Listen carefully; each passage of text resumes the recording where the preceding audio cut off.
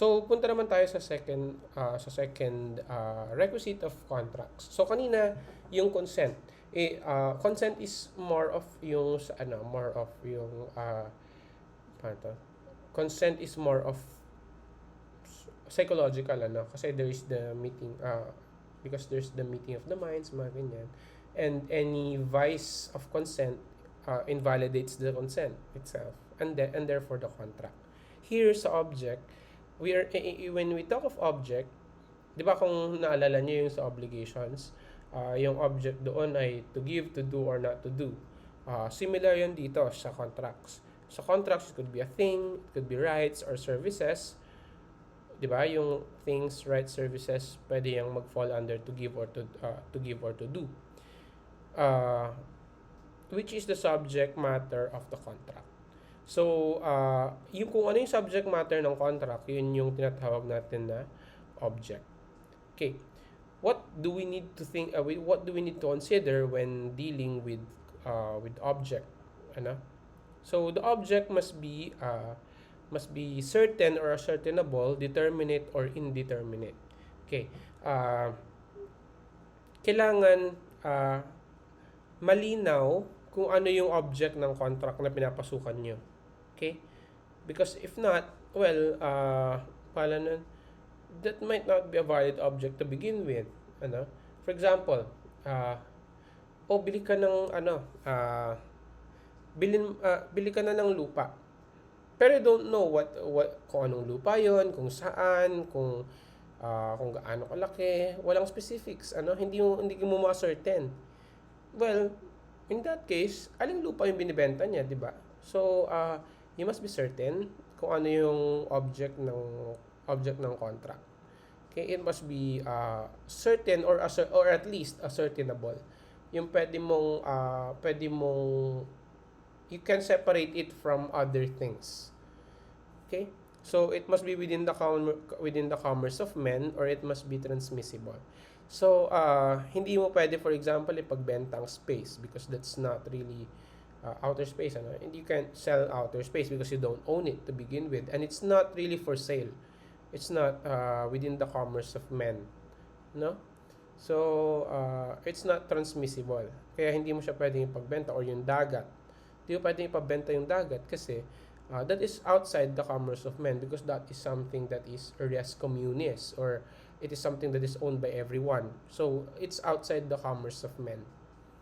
Ito yung tinatawag natin na ito yung mga bagay na hindi natin pwede ibenta dahil hindi naman sa atin to begin with, no?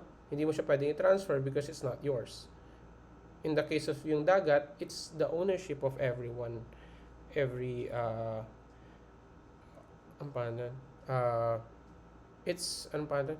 the ownership of every human being. It must be actual or possible experience. Of course, you can buy something that is a product of your imagination, no? It must be actual, or it must be capable of existing. Okay. For example, alangan namang sabihin mo na bibentang ka ng angel, or bibentang ka ng unicorn.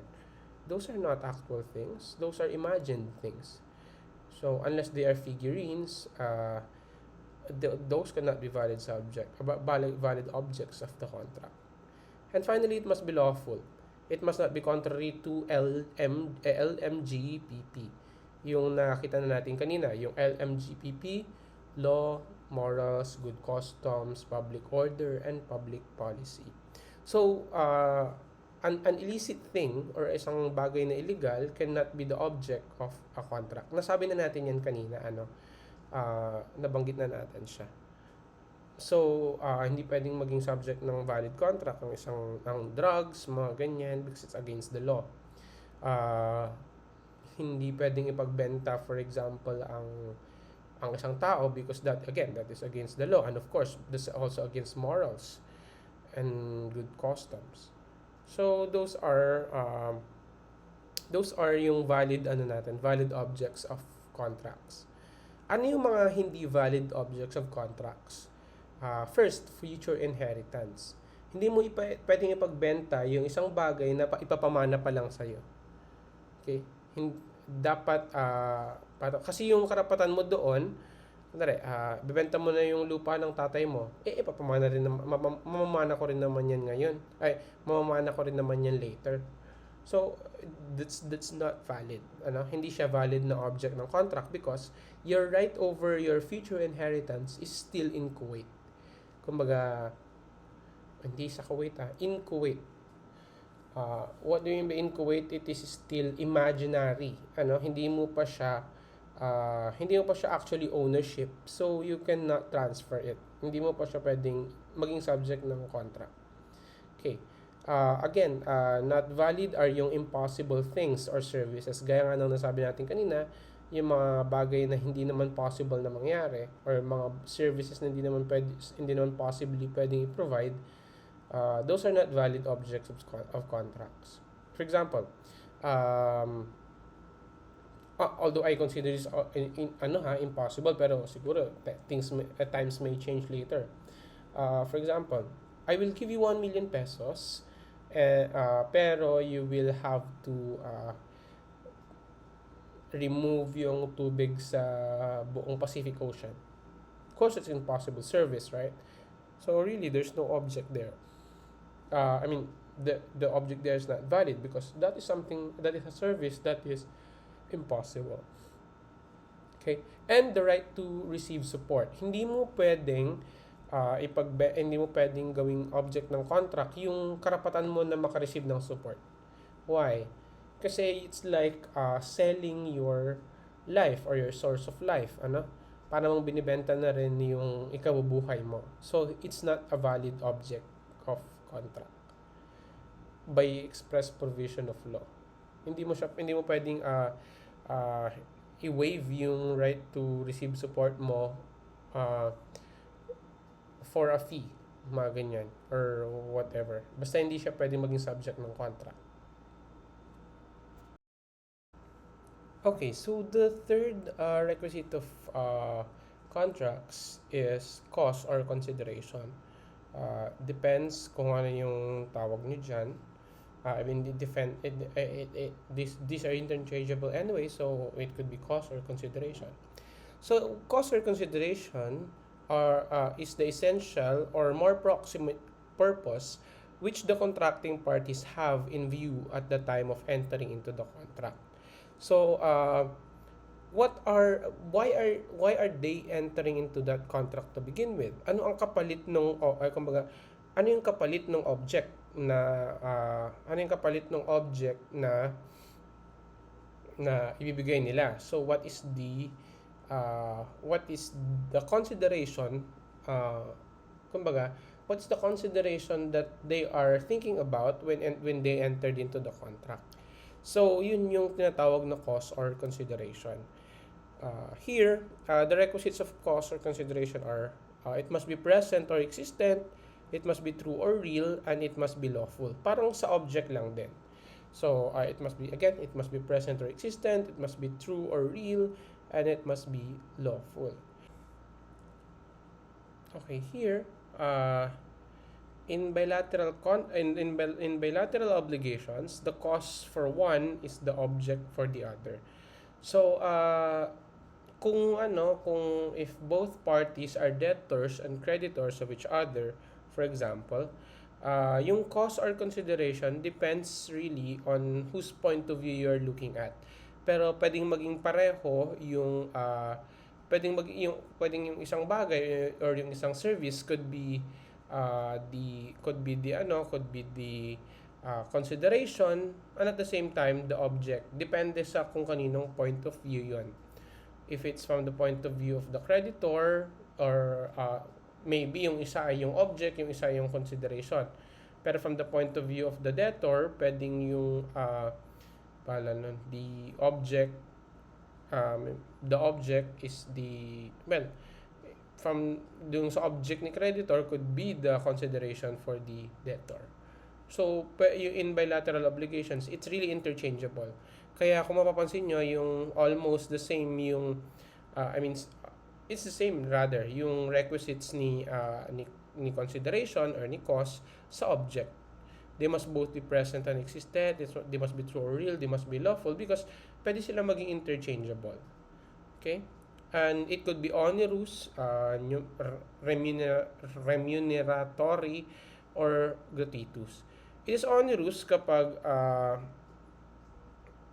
it is a thing for another. Kumbaga, I give you something, you return something of value sa akin din. For example, I give you yung ano, I give you my cell phone, you give me a phone. Mga ganyan. Remuneratory, ito naman for parang remuneration for past services. Kumbaga, payment for past services. So, kung ano na yung mga kung ano na yung, for example, nagtrabaho siya for you for a month, ganyan, sasahuran mo siya ng a certain amount of compensation, yun yung consideration doon. It could be remuneratory. Kumbaga parang you give something in exchange for you give something in exchange for the service that was rendered to you. It can also be gratuitous. By gratuitous we mean it is given out of yung goodwill ng tao. It is somehow a donation, walang, in essence, wala siyang kapalit. Kumbaga, you give something dahil gusto mo, and siguro ang pwede na lang na maging consideration doon is yung good feeling that you feel after you donate something or after you give something. So, yun yung cost or consideration. Again, we go back. So, in a contract, we look at yung consent, object, and consideration. If these three exist, then that is considered as a contract. Okay? So, yun yung COC na tinatawag natin. We should always bear that in mind. Okay? So, let's give an example siguro to illustrate that point.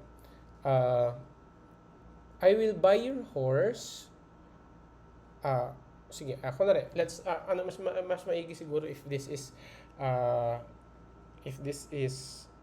conversation. Kunwari ako, pare, biling ko na yung kabayo mo, 14,000. Okay? Yung pare ko, sabi niya, yes, sige, bilhin mo na. Yung pagsabi niya ng yes is already an indication of consent. So, nag-consent na siya doon. The object is the horse, and the consideration is yung 14,000 na ibabayad ko sa kanya. So, in that case, that is already a contract. It's as simple as that. Ganun lang tignan yung kontrata.